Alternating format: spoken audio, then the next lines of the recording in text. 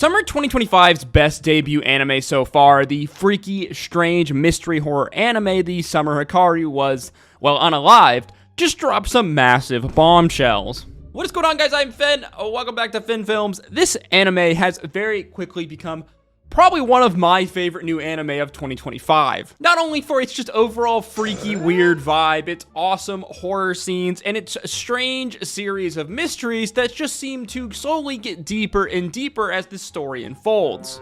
However, things really started heating up and escalating in this week's episode of this anime as some big questions slowly begin to be answered and some major plot points slowly reveal themselves. Oh yeah, and this episode containing, I think, what is arguably the most horrifying scene of this series so far. So then join me once again for TSHD Episode 8 in a nutshell. Last time on this anime, we see the fallout of Hikaru's encounter with Achan. Yoshiki surprising Hikaru by not being mad at him, spending a fun day skipping school together, going to the movies, the Crane Game arcade, and then just hanging out at Yoshiki's house. However, this was all part of Yoshiki's plan. As to our shock, we watch him pull out a knife, stabbing Hikaru in the chest, Yoshiki wanting Hikaru's last memory to be of a good fun day. However, Hikaru, being a spectral, eldritch-like spirit and entity, potentially even being revered as a god, a kami by this village, cannot feel pain, let alone die. This moment being a major turning point for Yoshiki and Hikaru. Hikaru, still not able to understand the true value of a human life, decides to break off a piece of himself, weakening his own powers and giving it to Yoshiki. Yoshiki finally accepting Hikaru for what he is, and that he shouldn't expect him to understand the meaning of a human life. And as long as this entity, this skinwalking Hikaru, decides to be here in this world, they should find out what he is. Episode 8 opens with Yoshiki trying to wash the bloodstain out of Hikaru's shirt, the two of them trying to make sense of the old note they found the original Hikaru wrote, as they wonder if this Nonoki-sama refers to the spirit that took over Hikaru. They ask Hikaru's grandfather about the old note, as the old man begins to ramble. His grandfather asking him where Hichi-san went. The boys not knowing this, but Hichi-san referring to the small strange token that Tanaka found. The token the original Hikaru took with him when he went to the mountain on the day that he passed. His grandpa referring to the village as a cursed village, a murder village, as the man drifts off to sleep. This being one of our first real clues as to the long-running mystery of this village and the strange entity on the mountain. Later on, Asako talks to Hikaru at school, telling him that ever since earlier that night, she seemingly can't hear out of one of her ears anymore. Asako telling him that she's been seeing all sorts of strange entities over the town lately. Yoshiki explaining this to Hikaru, but Hikaru is again unable to really grasp what he has done to her. Later in class, Yoshiki thinks about the strange curse on the town, and if this could be referring to Hikaru or Nonoki-sama, as he found a thread online about how the name of their village is particularly strange. Yoshiki then looking outside, where to his horror he sees a man not wearing clothes, holding a knife waving up at him. Yoshiki freaking out, thinking this is another strange spirit entity coming to get him, coming to kill him. Suddenly though, a girl in his class screams, everyone looking out the window, Hikaru telling him that this isn't a spirit, as we watch the man, to our absolute horror, slice himself. After this, Asako tells the boys that the man was possessed, that she saw a strange evil spirit inside of him. Hikaru in the commotion bumping his arm, realizing that he now feels pain. The boys then go to the city library looking at old maps of all of the villages, as they realize the villages on the map make the shape of a human body. They continue to research, discovering that a famine and plague killed many villagers in the 1700s. The librarian walks over to them, telling them that they need to keep quiet. The boys realizing that this is Matsura's daughter, the old woman that Hikaru offed in the beginning of the series. The boys asking her about Nonoki-sama and her mother. Miss Matsura saying that her mother saw something terrifying in the forest when she was young. Miss Matsura explaining that Nonoki-sama is like a god to these people, a god who blesses the villagers in exchange for a particular offering back in the day. Long ago, the mini villages were one large village that worshipped Nonoki-sama. However, after a famine wiped out many villagers, it became a cursed god. Miss Matsura saying that her mother went kind of crazy after her little sister went missing on that mountain. and that Mr. Takeda and his old father, Old Man Takeda, might know more about what is going on with the spirit and what happened to her sister. The boys then leave with all this information, Yoshiki asking Hikaru if he even realizes that what he did to Miss Matsuda by offing her mother. Hikaru still not really understanding the value of human life. Yoshiki in this moment deciding that even if Hikaru hurts someone again, he will bear that sin with him.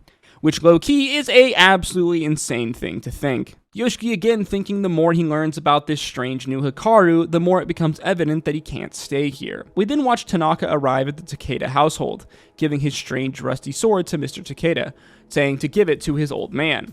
As Tanaka is leaving, he runs into Yoshiki on the road, his little hamster reacting to Yoshiki knowing he has been touched by something spiritual. Tanaka begins questioning him in a somewhat tense scene, asking him about local souvenirs. Yoshiki then sees the adorable little hamster, the two of them having this hilarious moment where they fawn over the little furry guy together.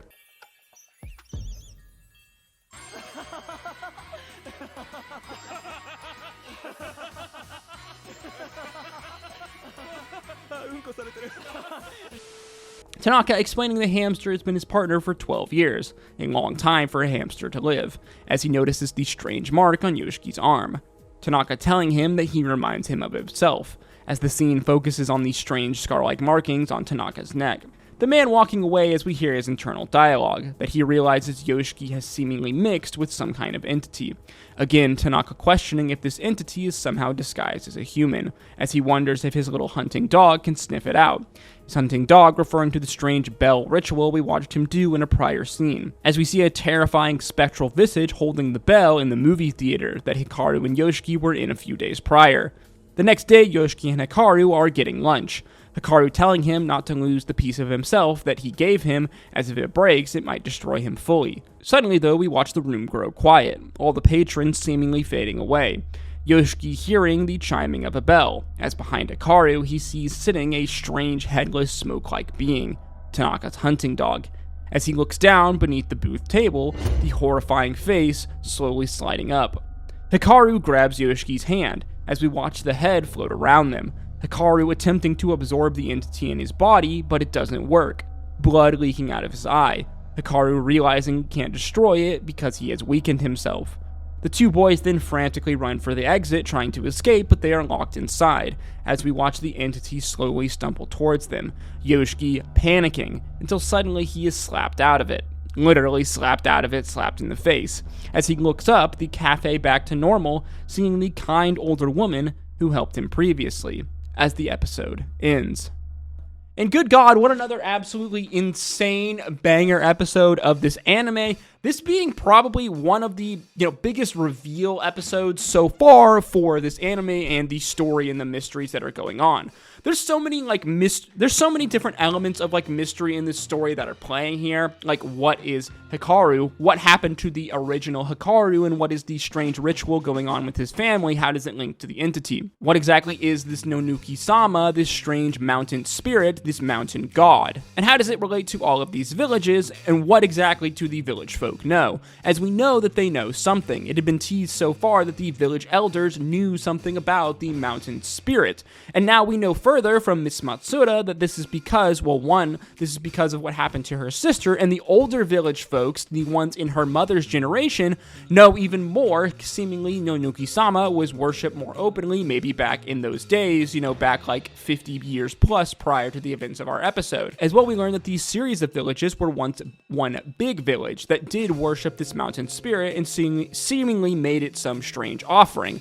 I can only imagine what that offering might be, and I think it might be a little more fucked up than, it might be being led onto right now. Maybe some kind of sacrifice. Again, we need to remember that mountain spirits in kind of Shinto in Japanese, mythology and folklore are generally regarded as, gods, as mountain gods, powerful beings. That is because, the mountain is a symbolic place. It is a symbolism for a powerful and strange, dangerous place. The mountain spirit, the guardian of this mountain, being something that needs to be, respected, revered, and worshipped if you are to be, if it is going to keep you safe. There being this kind of symbiotic relationship between the townsfolk and this mountain spirit. Seemingly, if they, make sacrifices to it, if they worship it, then it will hold them in high favor and not, reap its wrath on the people. However, we know that there was a great famine and plague in the 1700s that led to many people's death, and ultimately this one village being divided up into a number of different villages,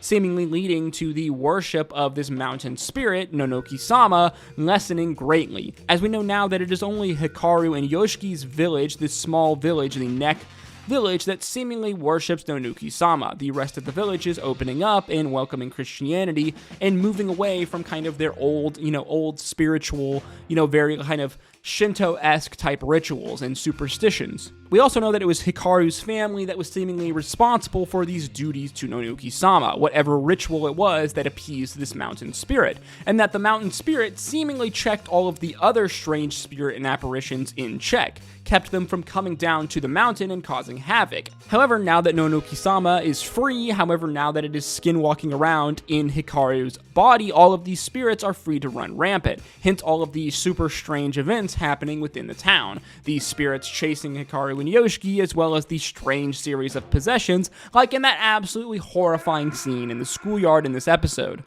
And this is really only the kind of tip of the iceberg in this mystery. We know that there is so much more going on here from just the events that happened, in Miss Matsura's lifetime, in her mother's lifetime, all of these strange disappearances that are happening on the mountain, seemingly children going missing on this mountain, maybe being taken by Nonoki-sama, hence why they tell all the children of this village to never go to this mountain, especially not alone. But then again, we know that this mystery runs even deeper. It runs even farther back, that this village has been worshiping this spirit for, hundreds and hundreds of years up until this point. So there is just so much going on here that is being slowly unraveled as Yoshiki and Hikaru try to get down to the kind of deeper secrets on what exactly is Hikaru, what is Nonoki-sama, and what exactly happened to the real Hikaru that day he went to the mountain and passed away. Meanwhile, the two of them are being hunted by all of these strange spirits that are now free to roam in this town, and not to mention the fact that Mr. Tanaka, a spiritual investigator, is also hunting Hikaru. The boy's being attacked by his attack dog, his hunting dog, this spiritual bell-like entity that he released on the town to follow them. This being made worse by the fact that Hikaru willingly weakened himself to kind of gain Yoshiki's trust, but now that he has weakened himself, he is no longer seemingly able to absorb and destroy all of these spirits. As well, he can actually bleed, he can actually feel pain and suffer real injuries. So maybe it wasn't the best idea for your strange god-like mountain spirit, OP spirit, to willingly weaken himself. I'm absolutely loving this anime and all of its many different facets. I love its mystery, its strange kind of links to like yokai, to like Shintoism, to like, folklore, Japanese folklore and spiritualism all interweaved in kind of our modern world. It's very funny because there are similar, there are all of these like through lines that go with an anime like DanDaDan. DanDaDan having, a bunch of references to yokai, to like, to Shintoism, to Japanese like folklore and mythology and spiritualism. But, obviously, DanDaDan is a comedy anime. Meanwhile, the Summer Hikaru Died is a very real horror anime. It is kind of funny, all the similarities between these two anime. They're very much like flip sides of like a coin of one another. I think this anime is absolutely slapping. From its many different horror elements, its kind of spiritual, supernatural horror elements, the horror elements of the relationship between Hikaru and Yoshiki, this very toxic-like relationship that is slowly beginning to envelop these two characters as Yoshiki finds himself further mixed with this strange spectral entity of Hikaru, slowly losing his humanity. These kind of scenes and themes, again, very much like, mirroring a toxic, obsessive, yandere-esque relationship, and not to mention all of the supernatural horror scenes that are going on here. This anime has just very much, it's very capturing in terms of its horror and its spookiness, its suspense, supernatural vibes, this strange mystery that is being unraveled of this mountain spirit. All of these different plot elements, kind of interlacing with one another to tell this very intriguing mystery horror story, and I am absolutely loving it. This anime is super weird. It is super out there, and it has a lot of interesting sus as hell moments, but man, do I love it. It is one of the most unique takes on a horror anime that I've seen in some time. It is a breath of fresh air in many ways, and I am absolutely obsessed with it. It has easily become one of my favorite anime of 2025, one of my favorite horror anime of all time, and I just can't wait to see what further mysteries and secrets are revealed in this anime. It's going to be a slapper, I can already imagine. As always, guys, if you did enjoy this video, we'll learn something new. Please make sure you like, comment, and subscribe, as that is the easiest way to support me, and it really does go a long way in putting this video into the algorithm. If you did enjoy this video, then why don't you check out some of my other anime content on screen now. As always, guys, I hope to see you in the next video. Stay safe out there. Until next time, peace, love, Adu.